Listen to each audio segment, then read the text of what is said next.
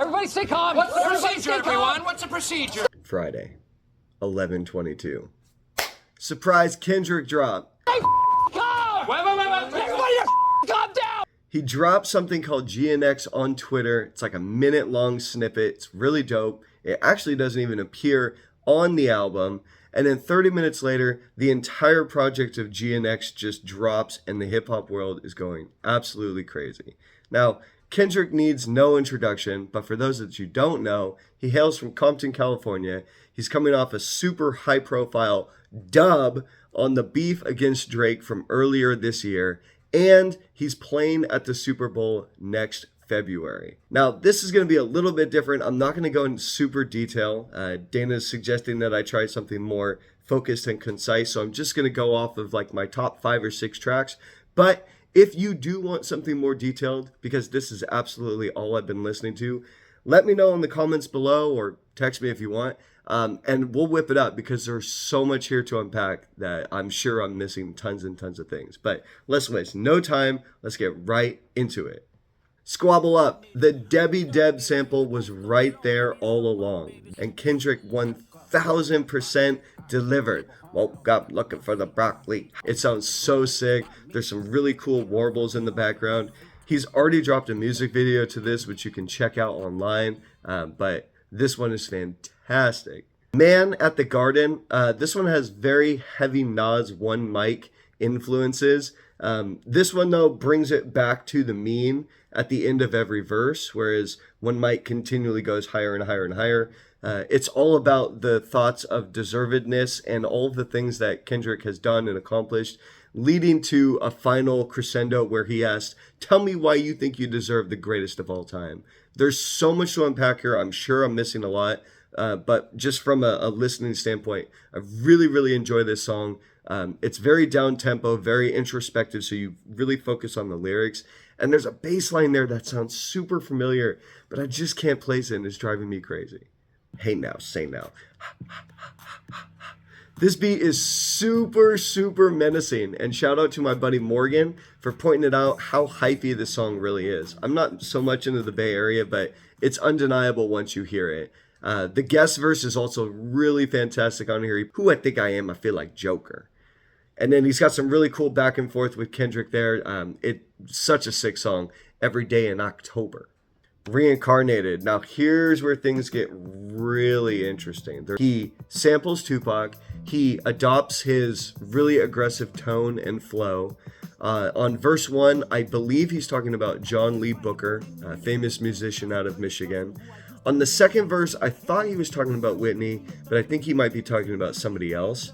And the way that he goes into detail about these people's lives, from John being gluttonous and just dying with all his money, and then of course the second character, whether it's Whitney or somebody else, dying with syringes in her arm and just that terrible drug addiction. On the third verse, it's Kendrick. This character says, "I represent Kendrick Lamar," and it starts to really open up where he talks to his father. He says he forgives his father, but he's talking to him. And I think we find out that this character might be the devil, and he's talking to God and all the ways that he's corrupted musicians and listeners over the course of generations. The thought-provoking back and forth talks about, what have you done with this person? What have you done with this Kendrick person?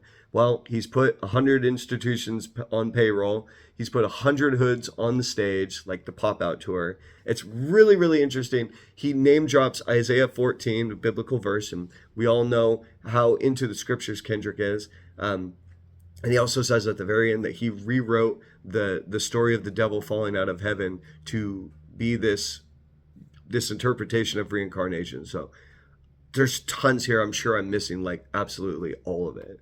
But from a musical standpoint, it's an awesome song. Mustard!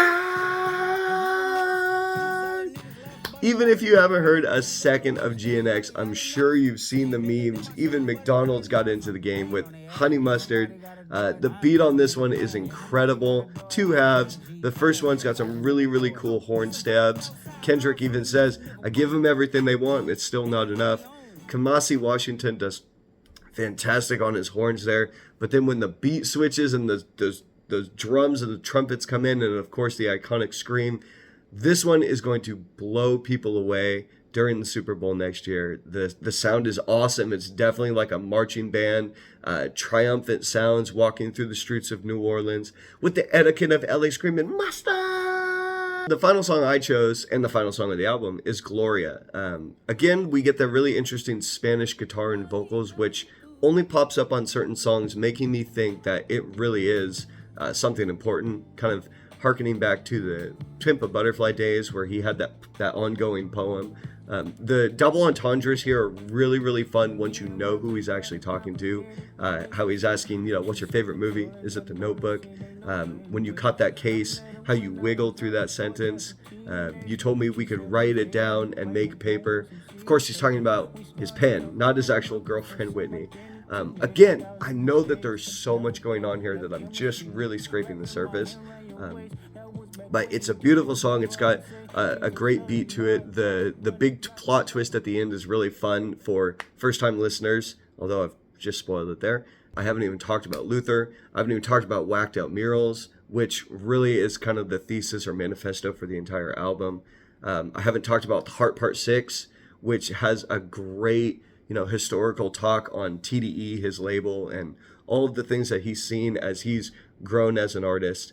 But this album, man, it's truly up and down. It's like a roller coaster. The highs are incredible, probably exceeding some of the best work that he's ever done. And the lows, or the more down-tempo songs, or the songs that didn't really hook me, are still fantastic entries into his catalog. I'll probably give this one a 9 out of 10. The only point I'd take off is really for GNX, which is a good song, but it's more of a posse cut than an actual Kendrick song. Just not enough Kendrick on there. But more importantly, let me know what you think. Don't forget to leave a comment below, like and subscribe, and we can have this dialogue. And when you pop out there, tell them TyTunes did it.